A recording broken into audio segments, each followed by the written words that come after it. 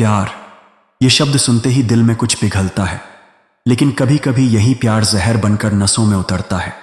एक ऐसा जहर जो ना शरीर को जलाता है, ना आंखों से खून बहाता है, बल्कि अंदर ही अंदर इंसान की आत्मा को चीर देता है।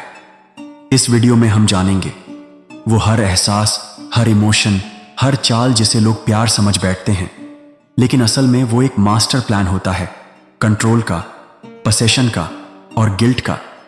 ये वीडियो उन आवाज़ों की है जो कभी चीख नहीं पाई, उन दिलों की है जो प्यार के नाम पर गुलाम बना दिए गए। पॉइंट 1, प्यार की शुरुआत नहीं होती, हमला होता है। Love bombing. शुरुआत में वो देवता लगता है, हर वक्त तुम्हें खास महसूस कराता है। हर सुबह गुड मॉर्निंग, हर रात गुड नाइट, हर घंटे तुम कहाँ हो, तुम्हें लगता है ओह, आखिरकार किसी ने मुझे मेरी अहमियत दी है।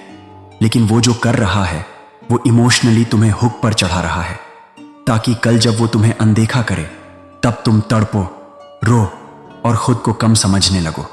यही होता है लव बॉम्बिंग, जहां शुरुआत में जितनी ज्यादा मोहब्बत दिखाई जाती है, आगे चलकर उतनी ही तेज गिरावट से तुम्हें तोड़ा जाता है। पॉइंट 2, धीरे धीरे तोड़ने की कला। Control disguised as love.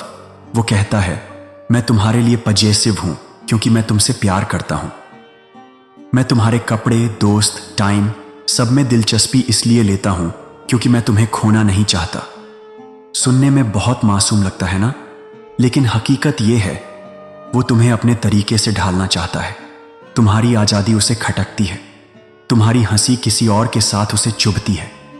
धीरे धीरे वो तुम्हारा कैलेंडर, तुम्हारा मिरर और तुम्हारा कॉन्शियंस बन जाता है, ताकि तुम वही सोचो जो वो चाहे, वही पहनो जो वो पसंद करे और वही बनो जो उसे सूट करे। पॉइंट 3, मानसिक यातना। गैसलाइटिंग का गहरा खेल।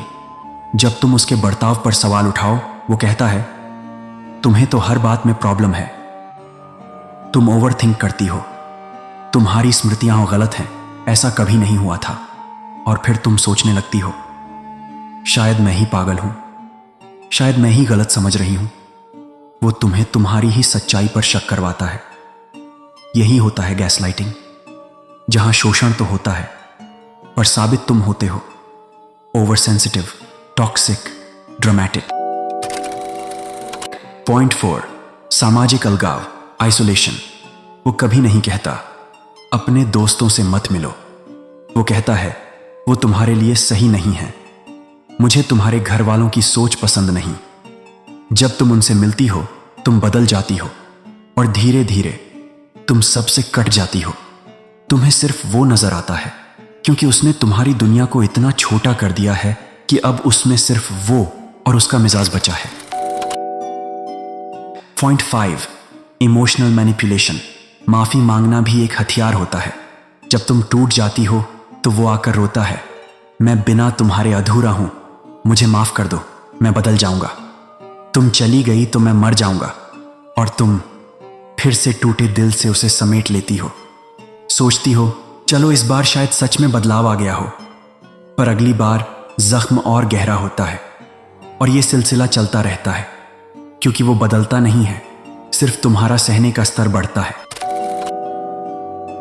पॉइंट 6, तुम्हारा अस्तित्व मिटा देना। जब तुम खुद को खो बैठते हो, एक दिन तुम आईने में खुद को देखते हो और सोचते हो ये मैं कौन हूं। मैं तो हंसती थी, खुलकर बोलती थी, सपने देखती थी। अब मैं डरती हूं, हर चीज पर गिल्ट फील करती हूं और जो भी करती हूं उसे खुश करने के लिए करती हूं। तुम्हारी पहचान मर चुकी होती है। तुम अब इंसान नहीं, बस एक प्रोजेक्ट बन चुकी होती हो जिसे उसने मोल्ड किया, तोड़ा, शेप दिया और अब उसकी गुलामी में डाल दिया। पॉइंट 7, ये प्यार नहीं था, ये नियंत्रण था। The final realisation. एक दिन तुम टूट कर कहते हो प्यार ऐसा तो नहीं होता, और वो कहता है तुम्हें प्यार की समझ नहीं है। पर अब तुम जाग चुके होते हो, अब तुम जान चुके होते हो कि जो चीज बार बार तुम्हें नीचा दिखाए, जो तुम्हारी हदें लांघे, जो तुम्हारे ऊपर गिल्ट डालकर तुम्हें ही दोषी बनाए, वो प्यार नहीं, वो जहर है। निष्कर्ष, कंक्लूजन। जहरीले प्यार से आजादी। जहरीला प्यार कभी अचानक शुरू नहीं होता, वो धीरे धीरे रचता है, एक ऐसा जाल जो शहद जैसा मीठा लगता है, पर हर धागा तुम्हें बांधता चला जाता है। अगर तुम इस रिश्ते में हो तो खुद से पूछो, क्या मैं खुद से प्यार कर पाती हूं इस रिश्ते में? क्या मैं अपनी आजादी से समझौता कर चुकी हूं? क्या मैं खुद को दोषी मान चुकी हूं उसकी हर गलती के लिए? अगर इन सवालों का जवाब हां है तो भाई, अब वक्त है उस रिश्ते से बाहर निकलने का। फाइनल मैसेज, तुम अकेले नहीं हो। बहुतों ने ऐसा प्यार देखा है, सहा है और उसमें खोए हैं, पर जीत उसी की होती है जो उस जहर को पहचान ले और खुद को फिर से जिंदा कर ले। प्यार वो नहीं होता जो तुम्हें गुलाम बना दे, प्यार वो होता है जो तुम्हें आजाद कर दे, सबसे पहले खुद से।